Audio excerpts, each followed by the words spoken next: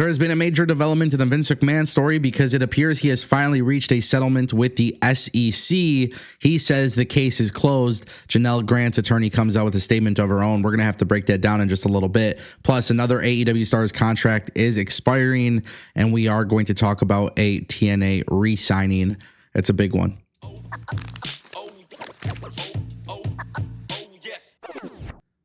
Okay, everybody, we're going to kick things off with TNA. I think that's really fair. TNA, tons of people leaving the company, potentially signing with the company. This one is a big one. It's a key one. Nick Nemeth has officially re-signed with the company. According to PWInsider.com, Nemeth has officially signed an extension to his TNA contract, which was originally set to expire earlier this year. The details on the length of the new extension remain quiet. They haven't revealed how long he's re-signed for. But of course, this is huge news considering that Nemeth is going to be defending his world championship against Joe Hendry at Genesis next week. Obviously for TNA right now, this is a very pivotal time for the company for a variety of reasons. TNA right now, as it stands, one of the big things that people keep talking about is all of these departures that are expected, right? Jordan Grace is potentially done after Genesis. Josh Alexander is going to become a free agent relatively soon. A lot of people think that WWE is going to be bringing them in. And of course, because of this news, a lot of people think that we are at the stage where maybe TNA is going to go downhill because some of their top stars are leaving the company. But at the same time, too, TNA has retained some talent, and obviously retaining your world champion is a relatively important idea. This is at a time, it's a very it's a very pivotal moment in time for TNA because they are being very, very aggressive, in the sense that they're going to be going to UBS Arena and some of these bigger arenas in general in 2025. Rumors of them going live completely. Obviously, Nick Nemeth came into the company when he could have easily gone to AEW. He could have easily done what every other WWE talent does when they get fired or when they leave, which is go to AEW. Nick Nemeth decided to go and be part of this huge rising moment for Impact Wrestling, which then became TNA at Hard to Kill when he debuted. And that was just such a massive turning point for the company. Nick Nemeth, like I said, he could have taken the easy route and got paid a lot of money, and he just would have been another guy. But in TNA, he is the guy. And I think that's huge, man. I think there's a lot of respect that needs to be given for Nick Nemeth. You know, at the end of the day, some people think, oh, he could come back to WWE or he could do a variety of things. And I understand that point of view. But for him, he's been so great in his role at TNA. So for him to sign an extension is absolutely huge. Now the real question is, how long do they have him for? Is it short term, long term, that kind of thing? I don't know. And we'll have to wait and see, which makes it very sad. All right, ladies and gentlemen, let's talk about another AEW contract that is set to expire soon. Maria Kanellis, as of this time, it doesn't sound like she has re-signed with the company, which makes it really interesting. Sean Ross Sapp of Fightful Select had reported that Maria's deal is slated to be up in January after the two sides agreed to a short extension that would benefit both sides around the time her original deal was slated to expire. They were told that there was supposed to be an announcement regarding the extension, but AEW never made that announcement. This was essentially back in October when Maria Kanellis was expected to leave the company, but then she signed a short-term extension. Now it appears that her contract is up. Now this is really interesting because Maria Kanellis is somebody who I think a lot of times, I remember reading the comments before with Maria Kanellis coming to AEW. Some people in the IWC just simply don't like the idea of her being in the company or her having some sort of creative control or her having some sort of creative input on the women's division. But I think a lot of people need to remember that before she was in WWE in the most recent years with Mike Bennett, when she was doing stuff with ROH, she was helping out the women's division. Maria Kanellis is somebody with a lot of experience and a lot of veteranship where even if she's not a focal point on TV, at least you have her backstage being able to contribute in a way that actually matters. And what's really interesting here is that if Maria Kanellis were to stay in AEW, I would actually be entirely okay without having her being an on-screen character, but having her behind the scenes helping out from a creative standpoint.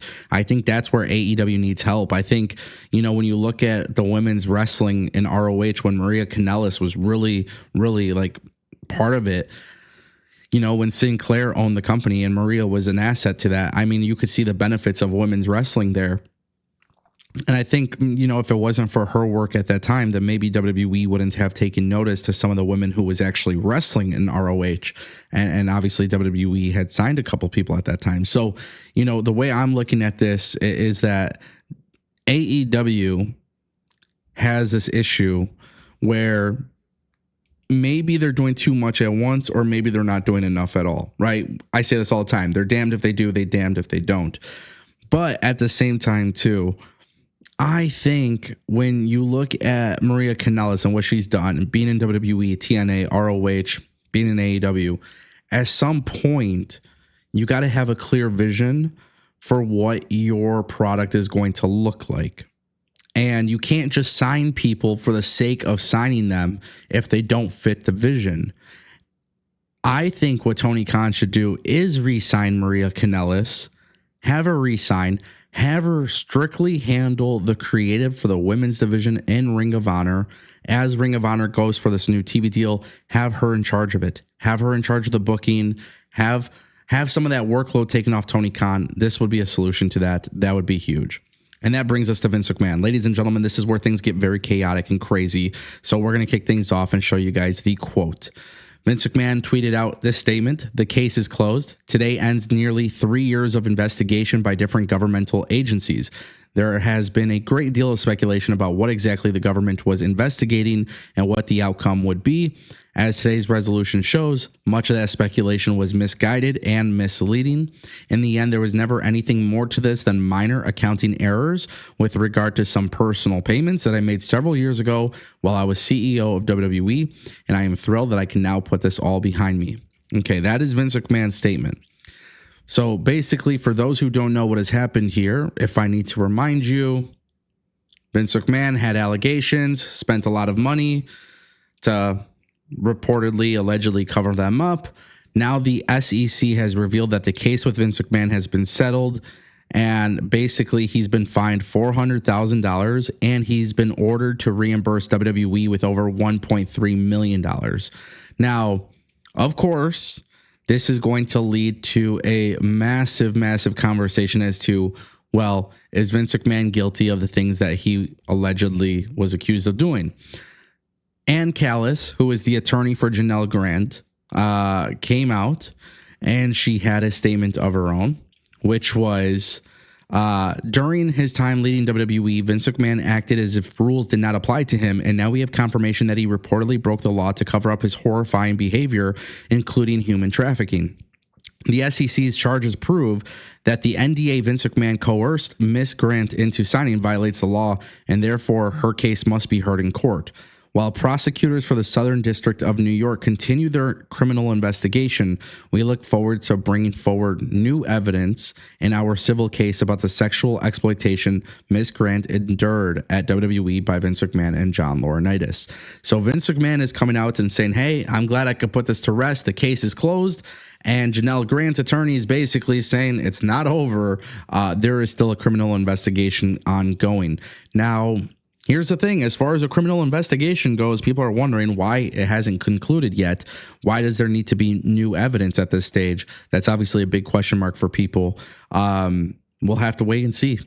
That's the thing with this whole story is we'll have to wait and see. But this is a major development because Vince did have a settlement with the SEC. He says it's all done with. Is this truly all done with? You guys can let me know what you think in the comment section down below.